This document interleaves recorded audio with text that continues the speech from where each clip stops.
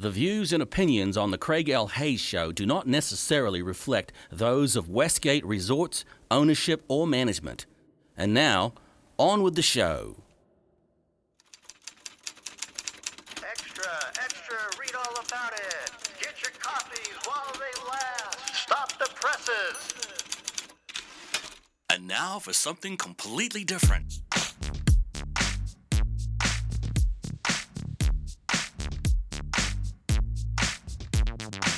Are you ready for a little truth? Are we not entertained? Wisdom is the proper use of knowledge and experience. There are no safe spaces here. The truth shall make you free. It's showtime! So you want the truth, but can you handle the truth? Well, here's another fine mess you've gotten us into. Now that's entertainment. Enlighten me a little. What you say is quite logical. And what did we learn? Prepare yourself for a little sensory overload. I came here for the truth. 47 years ago, stand by the roll show intro. Roll show intro in 3, 2, 1, go. This is the Craig L. Hayes Show. Hello, America, family, friends, and listeners all around this planet we call home. This is the Craig L. Hayes Show. I am Craig L. Hayes. Today is the 3rd of February, 2025, and we are continuing on our series that we've been broadcasting here from the Westgate Resort in Las Vegas in the Elvis Presley's dressing room in the International Showroom. We're going to continue talking about entertainment and what goes on behind the scenes to make the shows happen that the people come to pay and watch and enjoy. First, I want to thank Cammie Christensen, president of this hotel, for allowing us to do this. She is awesome for doing this. So is Dawn Rawl. She's the vice president of marketing and entertainment, and she supports this show. And so happy to have her on board, along with John Peer, technical and entertainment director. Thank you all for allowing us to do this little walk through entertainment and what goes on behind the scenes and getting a historical perspective. The guest for this show is going to be someone that has known me his entire life, and I've known him for his entire life. See, it works that way, very simply. And it's my younger brother. His name is Scott Hayes, and he's going to be talking to us a little bit about our coming up through the ranks of show business and how we got into it, which we pretty much didn't have much choice growing up. No choice. Yeah, no choice on that one at all. And so we're going to talk a little bit about that and get the historical perspective on our lives, et cetera, and let you all listen to that. So welcome to the show, Scott. Yeah, thank you very much. So anyways, like I said, we're going to be talking a little bit about our showbiz history. You know, we were both born here in Las Vegas, raised in Las Vegas. Everything we did was in Las Vegas, except for you had a short stint where you went into the Air Force. So why don't you tell us a little bit about your upbringing a little bit, so people don't think I'm lying when I say our upbringing was a little bit bizarre.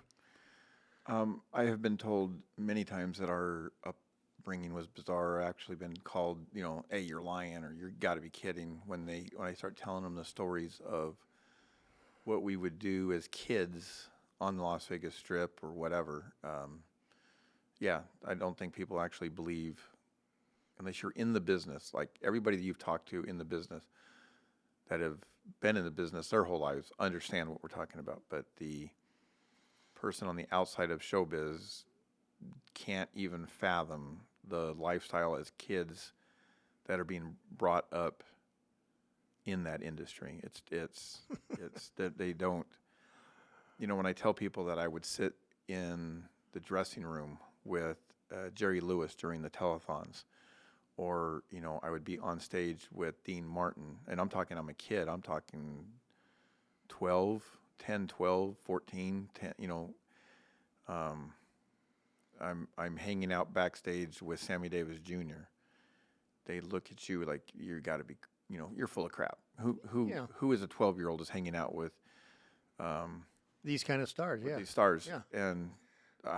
And of course, being brought up in it, you don't realize that it isn't normal. It's normal. Yeah, hey, I'm going up to the Sahara with Dad and whatever show's going on, and the Smothers Brothers. I remember being on stage with the Smothers Brothers, like, hanging out with, which one was it? Tommy that did the yo-yo bit. Yep. Was it Tommy? Yo Man. Yeah, and he's on stage he's showing me how to do the yo-yo man. And I'm whatever age, 10 years old, 12, whenever Dad would have been there, and they think you're full of crap. Or one of my favorite stories to tell them is when at the circus. Remember at the circus at back in the day, they had the track that went above the casino, and the girls would get on the Circus. yeah, and they would throw the balloons down. Yep. But at the after hours time, and I don't remember what time, 10 o'clock, 12 o'clock, I don't remember what time, the girls would throw the balloons down, but they were topless. You remember that? Yep. They didn't. I have people look at me and they start laughing, and that I would be on, I would help the girls load onto the horses or whatever they were, and help put the balloons on, and the girls are there topless, and here I am, 12 years old, 14 years old, whatever, hanging out with topless girls, and of course, when you're that age, that's pretty wild, but then it becomes normal. It's like, I don't know, is it wrong or right? I don't know. That's just how our life was.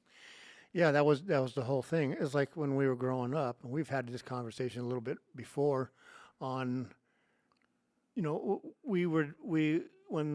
what was it, the Scout Jamboree, whatever it was called. What did they call that thing next door at the convention center? It was the bicentennial. Yeah, whatever that was. It was the bicentennial. You're 5 years younger than me. I was 9 years old during the U.S., the bicentennial in 1976. I was 9 years old, and I was crawling through the air conditioning ducts, taking intercom for the spotlights to all the different locations around the top of the Space Center, not Space Center, the Rotunda. Rotunda in the convention, yeah. Yeah, and the reason why I was doing it was because I was small enough and I could do it darn near standing up, running, just throwing cable, and then that was at the beginning of it, and then at the end of it, I went in the reverse, like usual, and I remember just throwing all the cable, all the extension cords, all of the XLRs, all of whatever there was, and I had a bag strapped over my shoulder that I would put the intercom boxes in and put the headsets in, but all the cabling, I was just chucking over the side down into the seating area, and I was running around the whole entire top of it, and that's, I didn't realize that other kids didn't do that stuff. I just thought that was... And that was the thing. I'd go up there and we'd do the Scout, whatever we were doing, and I'd sit at the lighting console to turn off the lights and stuff like that, and be told, okay, when the guy says hit this button, you hit these buttons here, turn them off, and then when he says turn them back on, you turn these back on, and stuff like, I'm like you. I'm 11, 10, 12. You don't think about it. It's It was like, okay. It's just how life is, or how life was, and that's how we were raised. Is you're supposed to think of everything. Basically, I remember as a kid, you would rehearse things in your head that had nothing to do with showbiz, but we were so taught all the time that when I step into my house, I turn on the lights, and when I turn on the lights, I walk over here and I do there's a reason for everything you're doing. Mm-hmm. Just like on a stage, there's a reason why you stand here, and then you stand over there, and you pick this up, and then you put this down, or whatever it is. And I catch myself still rehearsing or thinking of an easier way to do something, but that's how we were raised, was to think of better ways or faster ways, or as we were always told, anticipate. Yeah, there you go. Figure out what's coming next. What's coming next? We gotta. I love that word, anticipate. Yeah. You have to anticipate. Yeah. Anticipate what's coming up next. Yep. And as bizarre as that was with having to do that with our dad and stuff, and the Rotunda, I was over there several times on things over there for, helping out. I mean, we were kids. You know, they'd have things called child labor laws for a reason. Oh, It's you- because of what happened with us. I Anymore, think. anymore, you couldn't, you No. could not bring your kids into the hotel. If it was today, you could not bring your kid in who's a 12-year-old, hang out with topless dancers. You could not have, okay, I remember for many years, and I don't know what many is, but I can see it in my head as far as probably a half a dozen years, maybe not a half a dozen, maybe 4 or 5 years. Anyways, so Jerry Lewis Telethon, days and days and days and days setting up, and I would be there for a lot of it, and I would be the gopher driving the electric carts around, picking up stuff from the Space Center and taking it wherever it needed to go. Because of course it's still summer, it's still summer vacation, Yep. and taking it wherever it needs to go. And then when it gets closer to showtime, the electric cart I was on driving around became the electric cart that would hook up to the band riser, and make it a traveling band, traveling band riser. But I would be the one on headset sitting on the cart, and whoever's calling cues, I couldn't tell you who was calling cues back then, but I would be on the band cart, and I would get the, standby band cart upstage and go and drive it upstage, and then when it was time to come back on the stage, take it back on the stage. And I would do that for hours and hours and hours every night. Then, of course, you remember us back when Dad became the TD at the Sahara. We all had shifts we had to watch the telethon for its entirety, and we had to keep track of how many times an hour we saw Sahara Hotel. Then there was the other one of, Las Vegas Del Webb Sahara Hotel, because the Sahara wasn't getting the exposure that they had been promised. So here we are, keeping score of how many times an hour we saw whichever banner they were supposed to show. Or mentioned, or if they mentioned, said where whatever it coming was, from. yeah. Yeah. That was our lifestyle. That was how we spent our Labor Day weekend, was either working at the Space Center or watching the telethon all night long, all day, all night, for the 20 hours or whatever it was. I don't think it was 24. I think it was like 20. Yeah, it was 20. But we all had shifts. It's like, okay, you're doing it this time, and you're doing it this time, and kids are outside playing, and we're sitting in the house, watching the telethon. Yep. Then school would start up, and people would talk about what they did this summer. We'd tell people what we did this summer, and they'd look at us like we were kind of like three-headed monsters or something like that with stuff, and we go, "Why didn't you do this during your summer?" It's like, I thought everybody did this during their summer vacation. They helped out at different places in Vegas, but no, it was just us. We had the luck of that, and such. But, that wasn't our only exposure, because we also had the stuff that went on over at the church, because we were always involved. Anything that happened at Remember church. that too, yeah. Whenever there was a church show or whatever you want to call it at the church, our family was in charge of the lighting, the sound, the spotlights, the Whatever it was. opening, closing the drapes, whatever, putting on the show. It was our job to do the show. Yep.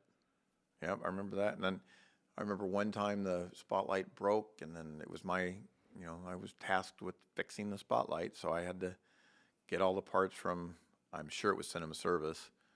I can't imagine it not being Cinema Service. Back but then, yeah, it had to be it had to cinema. be cinema. Yeah. As a kid, ordering all the parts, and then putting it all back together to make the spotlight work again.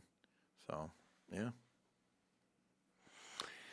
Yeah, our life, where I was into more on the sound side, so I had a lot to do with Uncle Gordon and such on sound things that were going on. He'd always lay it out and show me how to put it all together, and at church dances or whatever we had going, whatever. I would go get the system from the Hotel of Sahara and put it together, and Bobby and I would.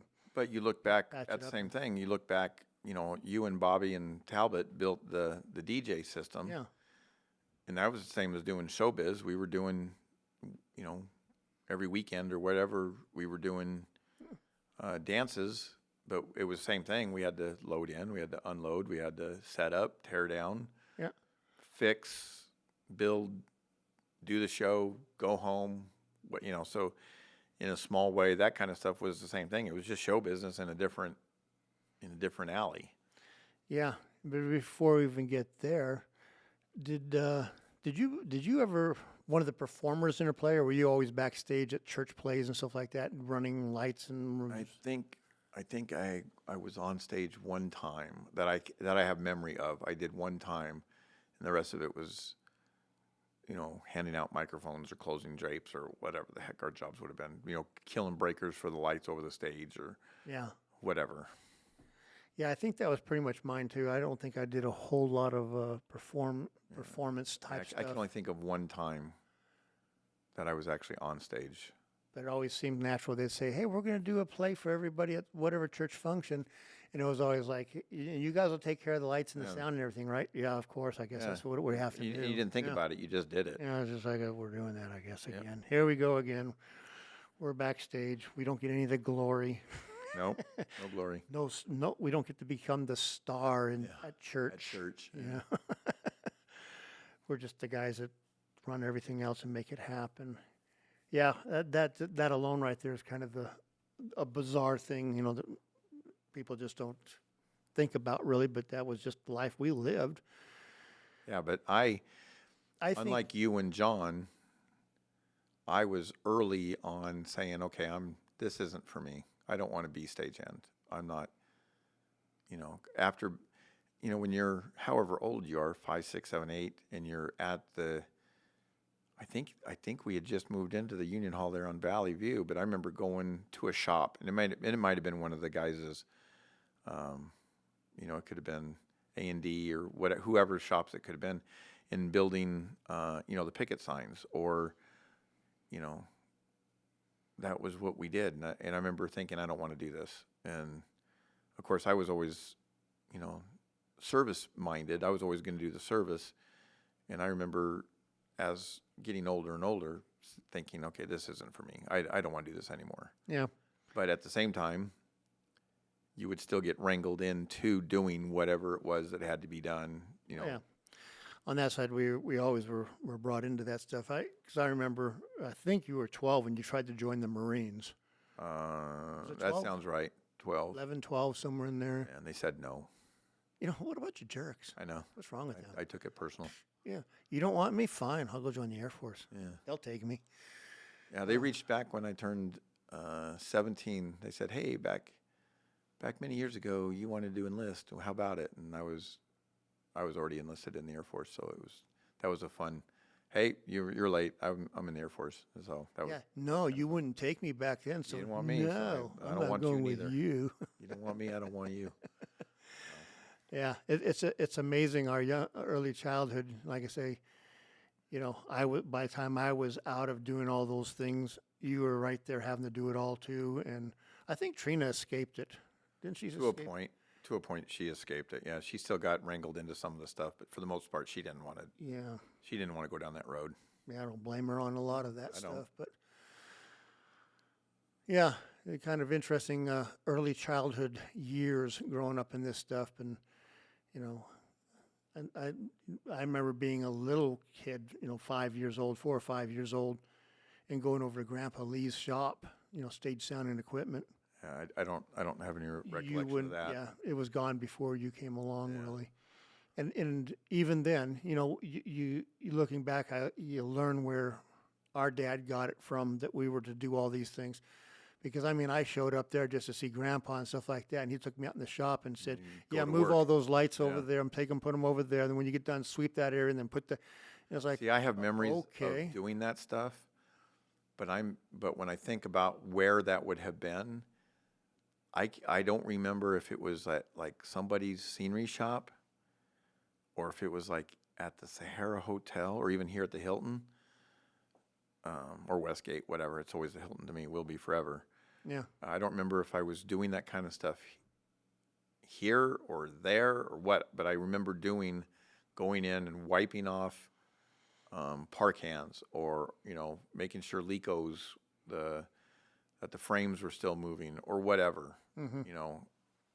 but I don't remember if that was in a shop or at a particular Yeah, hotel. I can't imagine what shop that would be in because Grandpa's shop was gone by the time. Yeah, I can see myself doing that stuff, but I don't remember where it was at. And a lot of it, I think, was at the Sahara. Could have been here, though, too. I don't remember.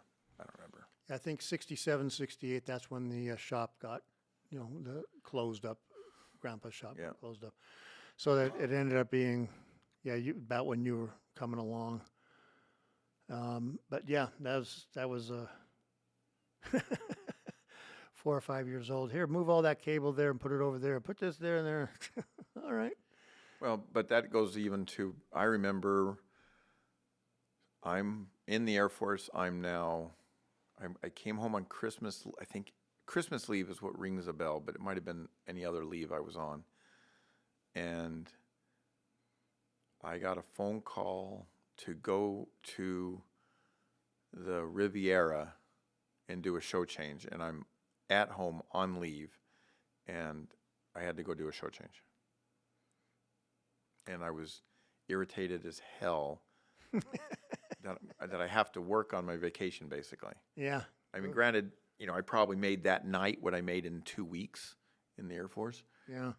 But It was the still, thought of it. Yeah. but still, it's like I'm okay, on I'm on vacation. vacation. I'm on frickin' vacation, Yeah. and I'm on stage, pushing and pulling and lifting and whatever whatever stuff I was doing. But yeah, that's. Yeah, our life was not one of normalcy as far as other kids go around there and such. So, now that brings us to the end of this first episode. We're going to take just a couple-minute break, then we're going to come back with another episode with my brother in our lives in fun of showbiz in Las Vegas. So until then, Talbot, take it away. This is the Craig L. Hayes Show.